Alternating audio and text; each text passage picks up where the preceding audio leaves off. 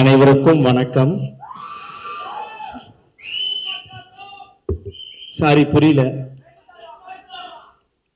எல்லாருக்கும் வணக்கம். இங்க இருந்து பார்க்கும்போது தான் தெரியுது இவ்வளவு பேர் இருக்கீங்கன்னு. ரொம்ப ரொம்ப நன்றி. முதல்ல இந்த படத்துல என்ன நடிக்க கூப்பிட்ட அஸ்வத் சாருக்கு ரொம்ப ரொம்ப நன்றி. அப்புறம் இந்த படம் ப்ரீ ரிலீஸ் ஈவெண்ட் கூப்பிட்ட அஸ்வத் சாருக்கு ரொம்ப ரொம்ப நன்றி. அப்புறம் இந்த படத்துக்கு அப்புறம் என்ன வச்சு இன்னொரு படம் எடுக்க போற அஸ்வத் சாருக்கு ரொம்ப ரொம்ப நன்றி. பிரதீப் ப்ரோ இல்ல ப்ரோ, அடுத்தவங்களை பத்தி சொல்லலான்னு வந்தேன். பிரதீப் ப்ரோ வந்து எப்படி சொல்றது, ஸ்டார்டிங்ல வந்து பேசும்போது ஹாய் ப்ரோ அப்படின்னு சொல்லி இன்ட்ரோடியூஸ் ஆனாங்க. அதுக்கப்புறம் வந்து பேர் சொல்லி கூட ஆரம்பிச்சாங்க, அர்ஷத் இது பண்ணிக்கோங்க அது பண்ணிக்கோங்க. அப்புறம் வந்து டேய் நான் சொன்னா கேட்க மாட்டியாடா அப்படின்னு அந்த அளவுக்கு பயங்கர ஒரு க்ளோஸ் ஃப்ரெண்ட் மாதிரி பழக ஆரம்பிச்சிட்டாங்க. அது பிரதீப் ப்ரோவா இருந்தாலும் சரி, அஸ்வத் சாரா இருந்தாலும் சரி, ரெண்டு பேருமே வந்து இப்ப உண்மையாலே, அதாவது இப்பதான் சார்னு சொல்றேன், எங்க வாட்ஸ்அப் சாட்லாம் பாத்தீங்கன்னா வேற வேற இருக்கும். அந்த அளவுக்கு ஒரு நல்ல ஒரு ஃப்ரெண்ட் ஆயிட்டாங்க. ஸோ ரொம்ப ரொம்ப ஹாப்பி.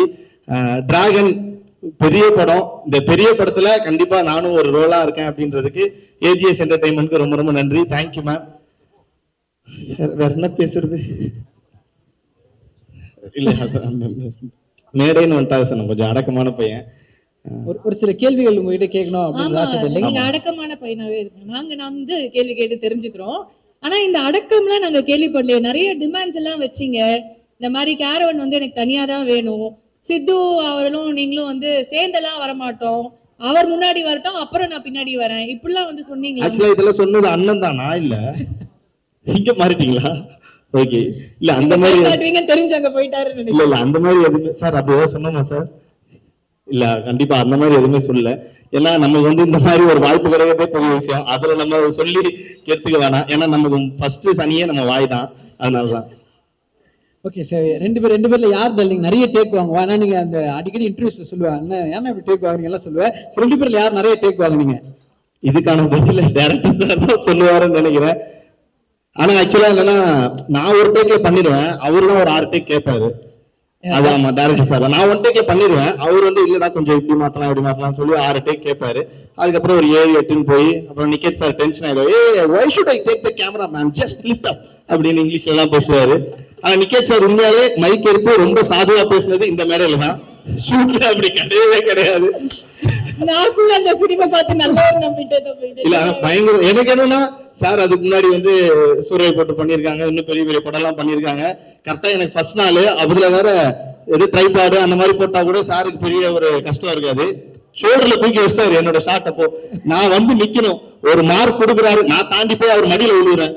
ஏய் ஹியர் மேன் ஹியர் அப்படின்றாரு. சார் 1 மினிட் சார், ஸ்வெட் ஆகுது. அப்புறம் அவர் பார்த்துட்டாரு, ஒரு நிமிஷம் லைட்டா ஆஃப் பண்ணுங்க தம்பி கொஞ்சம் பயப்படுறாப்லன்னு சொல்லி வந்து அவரே எனக்கு ஸ்வெட் எல்லாம் தொடச்சு விட்டு ஒன்னும் பிரச்சனை இல்லை, chill, we have time, we have everything அப்படின்னாரு. ஓகே சார், ஒண்ணுமே புரியல, நான் போயிடுறேன் சார் அப்படின்னு சொன்னதுக்கு அப்புறம் தான் சார் ஓகே அப்படின்னு சொல்லி அதுக்கப்புறம் ஜாலியா ஃப்ரெண்ட் ஆகி லாஸ்ட் நாள்லாம் எனக்கு பேக்கப்னு சொல்லும் போது யாரெல்லாம் எனக்கு கைத்தட்டினாலும் தெரியல, சார் எனக்காக பாட்டு பாடி hip hip hooray hip hip hooray அதெல்லாம் சொன்னாரு. ஸோ சாரோட ஒர்க் பண்ணது ரொம்ப ரொம்ப ஹாப்பி.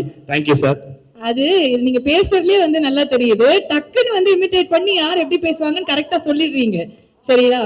ஆனா அஸ்வத் சார் வந்து எப்படி வேலை வாங்கினாரு, ஒரு டைரக்டரா அவர் எப்படி உங்ககிட்ட வேலை வாங்கினாரு, பிரதீப் சாரும் அவரும் எப்படி பேசிப்பாங்க, சித்து அவர்களுக்கு வந்து எப்படி வேலை வாங்குவாரு, இதெல்லாம் எங்களுக்கு பண்ணி காட்டுங்க. பண்ணி காட்டணுமா? பேசி காட்டுங்க. இல்ல இப்பதான் டிஓபி மாதிரியே பேசி காட்டீங்களே, கூட இருந்து அப்சர்வ் பண்ணிருப்பீங்கல்ல. அவங்க வந்து ஏன்னா அவங்க 2 பேரும் ரொம்ப வருஷமா, ஒரு 12-13 வருஷமா அவங்க 2 பேரும் ஃப்ரெண்ட்ஸ்ன்றனால ஒரு டைரக்டர் ஒரு ஆக்டர் அவங்களுக்குள்ள இருக்க ஒரு கான்வர்சேஷன் மாதிரியே இருக்காது. ஃப்ரெண்ட்ஸ் மாதிரி தான் கேஷுவலா இருக்கும். மச்சான் நான் இது ஒண்ணு பண்ணிருக்கேன்டா, நான் இது ஒண்ணு பண்ணி, மச்சான் நான் இது ஒண்ணு போடுறேன்டா, நான் இது பண்றேன்டான்னு ரொம்ப கேஷுவலா பேசிப்பாங்க அவங்க. சோ அதை பார்க்கும்போது உண்மையாலே இப்படி ஒரு ஃப்ரெண்டு நமக்கு இல்லையே அப்படின்ற ஒரு ஃபீல் வரும். இங்கேயே இருக்காரு பக்கத்துல, இப்படி ஒரு ஃப்ரெண்டு நமக்கு இல்லையேன்ற ஃபீல் வரும். அவர் ஃப்ரெண்ட் இல்லைங்க, எங்க அண்ணன். அங்கேயும் அண்ணனா தான் இருந்தாங்க, அதுக்கப்புறம் இதே மாதிரி தான் இருந்தாங்க. பட் மச்சான் அது நம்ம ஞாபகம் வச்சுக்கிறோம் telling. But anyway thank you telling. எங்களுக்கு என்ன ரொம்ப ரொம்ப சந்தோஷம் தான், நாங்க பார்த்து ரசிக்கிற 2 பேரை இன்னைக்கு வெள்ளித்திரையில பார்க்க போறோம், ரசிக்க போறோம், கொண்டாட போறோம். அவ்வளவு பெரிய சந்தோஷம்.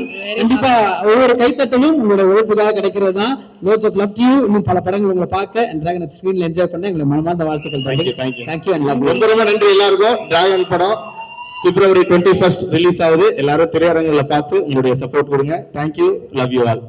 Thank you so much.